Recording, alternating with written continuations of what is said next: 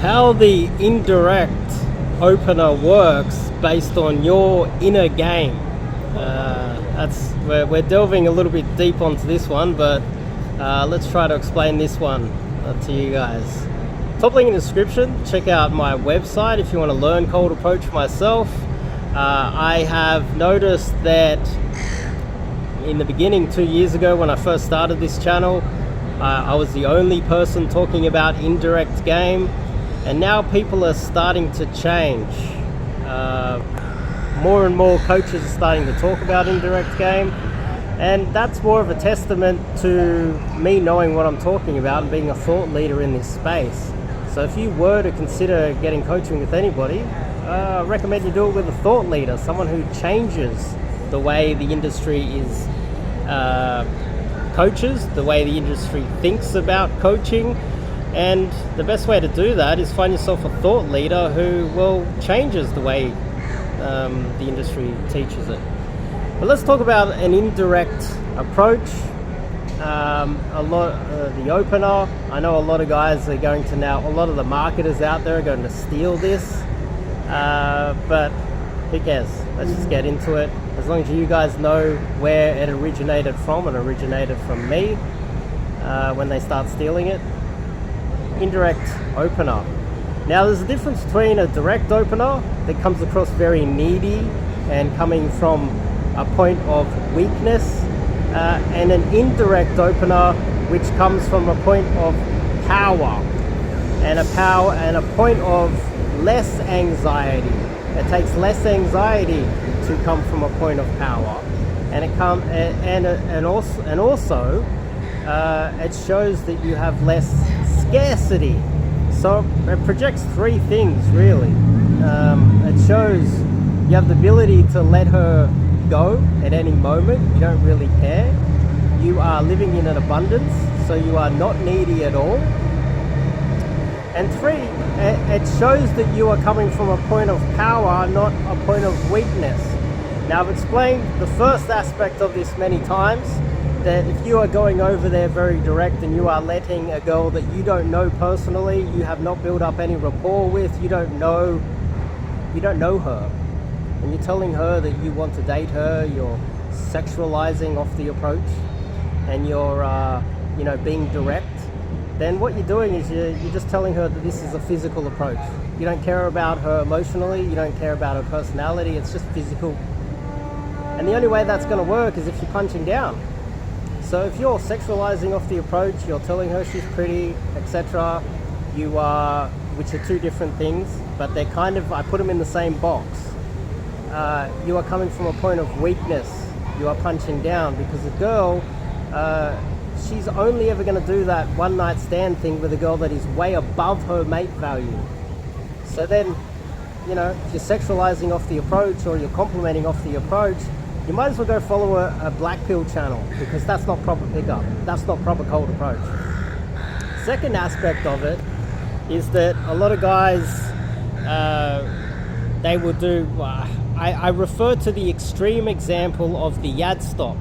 Now, people didn't call it the Yad stop 2 years ago. I'd like to take credit for that as well. A lot of guys, they just called it the stop. Oh, you must stop her in her tracks. You must have good body language and be front on and have good eye contact. They were just calling it a stop, and the marketers were just recycling the stop, which was stolen from Yad. So now, if you hear the Yad stop, I've been pushing it hard for the last 2 years to give Yad the credit that he deserves, because he invented that. But that's also a form of direct. What you're doing is you're giving away your power.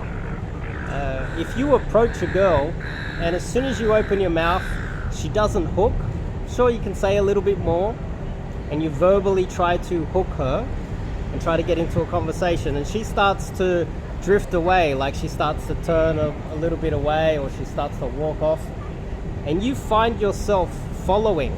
Look at your feet, maybe set up a camera and watch your own body language, get a wing to watch what you do. If she drifts a little bit, she like starts to, and then you maybe subconsciously, because this is an inner game problem with you, you instantly go, oh, and you try to get front on. You try to get in, get closer to her because you feel that she's leaving you. You're projecting multiple things there. You're projecting an inner game problem. You're projecting scarcity because you're fearful that she's going to leave you. And it's very needy.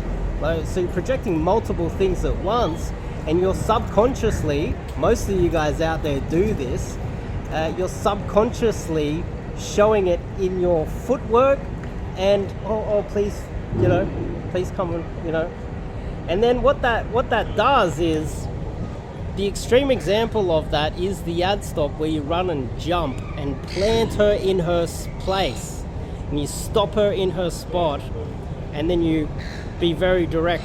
And then what guys do is they sit back and they put one toe up and they plant themselves, and they plant their feet in this sort of like one foot in front of the other. They bring the toe up and they rock on their heel, and that is another form of subconscious inner game weakness. Because what you're doing is, it's like that guy that is shy, he's got anxiety and he doesn't know what to do with his hands, so he puts it in his pockets, or he puts it on his hips, or he folds his arms, or he doesn't know what to do with his hands, and you can see it visually that he doesn't know what to do with his hands. He's a little bit nervous. It's an inner game problem. You're doing that with your footwork and your body language. As soon as you see any sort of, as if like you're losing the girl, this is an inner game thing. This is you showing weakness. This is you coming from beneath her. This is showing scarcity. It's showing multiple things at once, and most of you guys out there are not aware of it, which is great. It gives me some coaching to do. This is one of the things that I do coach on my programs because I have the experience and I've thought about it a lot more. I'd like to go a little bit deeper now. Now, if you are having those problems, there are ways to work around it, and you have to be willing to let her go off hello, and she starts walking. Plant your feet, let her go. Learn to let her go. You don't know her. Like if you're married to the girl, that is an extreme example, then sure, you can walk and talk and go, hey, come back here. We're in a relationship, this is serious. Or you're dating her, you even know her, you're at university with her. But this is a cold approach. I've seen guys do the triple yad stop. I've seen needy guys yad stop a girl, and she's like, what the hell is this? Starts walking, and then he runs around and yad stops her again. She's like, what the hell are you doing? She power walks off, and then he yad stops her third time. That's the epitome of weak, beta male, scarcity, inner game issues. It says all of those things at once, and you're not only not aware of it, you think that it's masculine when it's not. It's actually quite weak. You're projecting beta male vibes onto her. It's also not good for your own mentality. So hopefully all of that kind of made sense. I'm not going to give you guys the keys to doing indirect game because this is free content online.